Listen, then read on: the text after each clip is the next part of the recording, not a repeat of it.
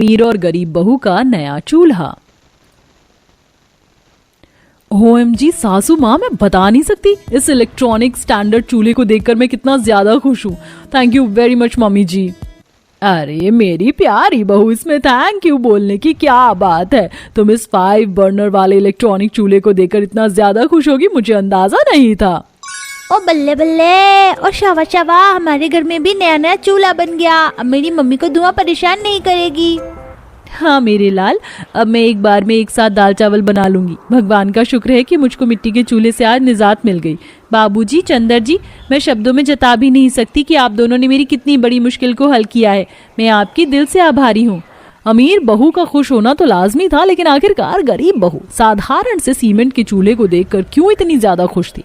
इस परिवार की खुशी की वजह को जानने के लिए हमें कहानी के पिछले भाग को देखना होगा, जहां गरीब घर की बहू रजनी सुबह की पहली किरण के साथ जाग कर ठंडी हवा के बीच में आंगन में चूल्हा लीप रही होती है। तभी मकान के अंदर से सास कस्तूरी बाहर आती है। अरे रजनी बहू, अभी तक चूल्हा ही लीप रही है? तेरे ससुर और पति को काम पर भी निकलना है। तुझको पता है ना, सर्दी के मौसम में एक तो मिस्त्री का काम भी कितना कम मिलता है। जानती हूँ माँ जी, लेकिन मैं भी क्या करूँ? चूल्हा सूखेगा तभी तो चाय चढ़ाऊंगी ना। जाने रात में कितनी ओस गिरी है, पूरा का पूरा चूल्हा भीगकर गीला हो गया था और चूल्हे के तीनों सिरे टूट गए थे। अभी अभी मिट्टी गोली करके बनाई है, सूखने में टाइम लगेगा। हे भगवान, बेड़ा गर्क हो। ये तो हर बार जाड़े के मौसम की गंभीर समस्या है। घर भी इतना छोटा है कि घर के अंदर भी चूल्हा नहीं बना सकते हैं। क्या भाग्यवान तुम चाय लाने बाहर आई थी और खुद बहू से बातों में लग गई। हम दोनों को देरी हो रही है। अजी बहू, चाय बनाए भी तो कैसे? देखो चूल्हा भीग कर टूट गया है। धूप निकलेगी तब तो सूखेगा। कोई बात नहीं, आज ऐसे ही चले जाते हैं। अपने ससुर पति को ठंड के मौसम में ऐसे बिना कुछ खाए पिए घर से निकलता देखकर बहू को दुख लगता है। रजनी गरीब तबके के परिवार की बहू थी। पूरे परिवार के पास सर छुपाने के लिए पुरखों का पुराना मकान था और उनका जीवन रोज के कमाने खाने पर निर्भर था। वहीं उनके पड़ोसी अच्छे खासे तगड़े पैसे वाले थे। जहां गरीब बहू का परिवार चूल्हे के कारण भूखा था, वहीं ठंड के मौसम में अमीर बहू अंकिता अपनी आलीशान घर में गाजर का हलवा बना रही थी। अरे वाह, कितनी शानदार खुशबू आ रही है मेरे गाजर के हलवे में से। पारस के शुद्ध घी में जो बनाया है, हो गया हलवा रेडी। ड्राई फ्रूट डालकर ले जाती हूँ। गर्मा गर्म हलवा बनाकर अंकिता गार्डन में लाती है, जहाँ उसके अमीर ससुराल वाले बॉन फायर के चारों तरफ बैठकर गप्पे लड़ा रहे थे। वैसे रोमा जी, जितना भी हीटर चला लो, ठंड में जलती आग में हाथ सेकने का मजा ही कुछ अलग है। हाँ, मगर धुआं धुआं भी तो मच जाता है ना दिलीप जी। गर्मा गर्म गाजर का हलवा रेडी है। अरे वाह मम्मी, आपने हम सभी के लिए गाजर का हलवा बनाया है। ओ गॉड, ये क्या पापा जी, आपने आग क्यों जलाया? कितना धुआं हो रहा है, मुझे धुएं से बहुत ज्यादा एलर्जी है। अंकिता गुस्से में चिढ़कर पानी डालकर आग बुझा देती है। ऐसा वो इसलिए करती है ताकि रजनी के गरीब परिवार वालों को नीचा दिखा सके। देखा आपने भाभी, ये घमंडी औरत हमको ही ताना मार रही थी क्योंकि इतनी दूर में केवल हमारे घर में ही मिट्टी के चूल्हे पर खाना बनता है और धुआं उठता है। पता नहीं ये अमीर लोग इतना घमंड क्यों करते हैं। कोई बात नहीं कंचन, जाने तो भगवान ने इनको सारी सुख सुविधा की चीज दी है, इसलिए ये क्या जाने हमारी परेशानी। देखते देखते शाम हो जाती है और दोनों अमीर गरीब बहू खाना बनाने की शुरुआत करती हैं। रजनी बहू, जल्दी से खाना बना लो, अंधेरा ढल गया, ठंड का मौसम है, बच्चों को भी भूख लग गई है।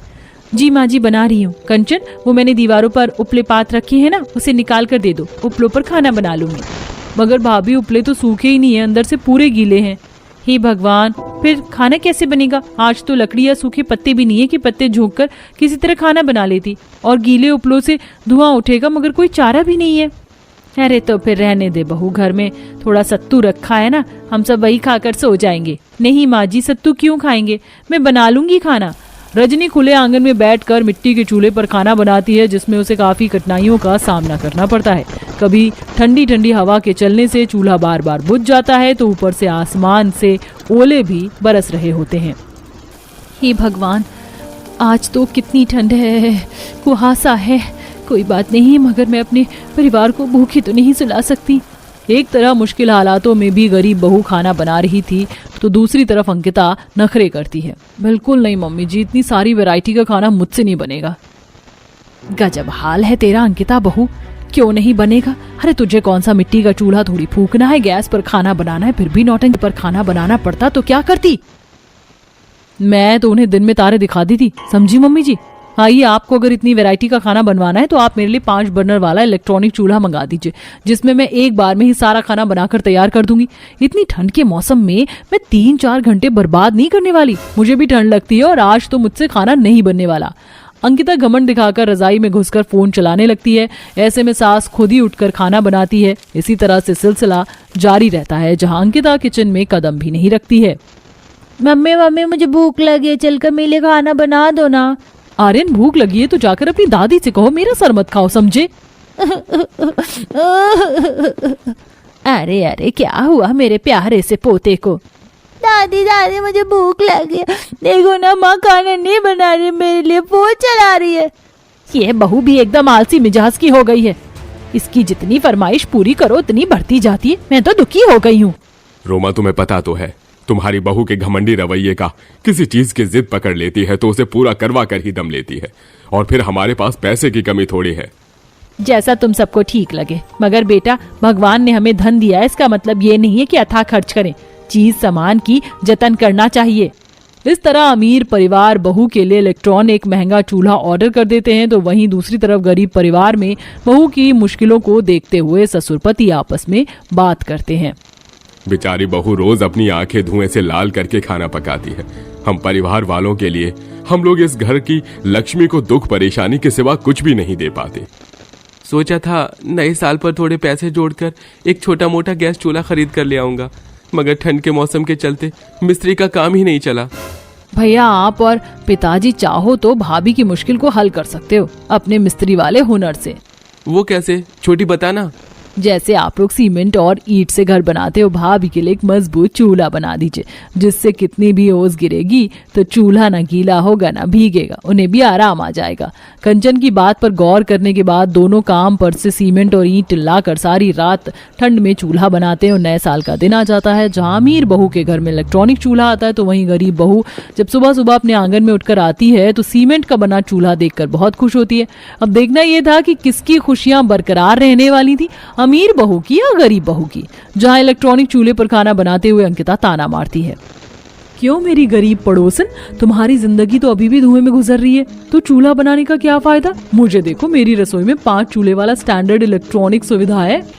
कोई बात नहीं अंकिता बहन, मैं अपने सीमेंट के चूल्हे से संतुष्ट हूँ।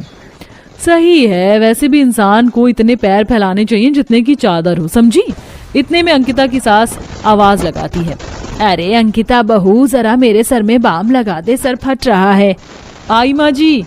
जल्दबाजी में अंकिता सब बर्नर जलाते छोड़कर चली जाती है। तभी रसोई में एक बड़ा शॉर्ट सर्किट होता है, जिससे चूल्हा खराब हो जाता है और धुआं धुआं फैल जाता है। सब लोग घबरा जाते हैं। भगवान का शुक्र है बहू तू बाहर थी, वरना ये इलेक्ट्रॉनिक चूल्हा तेरी जान ले लेता। हर बार महंगी चीज खुशी नहीं देती बहू, समझी? अंकिता अपनी भूल की माफी मांग लेती है और अपने पहले की रसोई में खाना बनाने लगती है। साथ ही घमंडी बर्ताव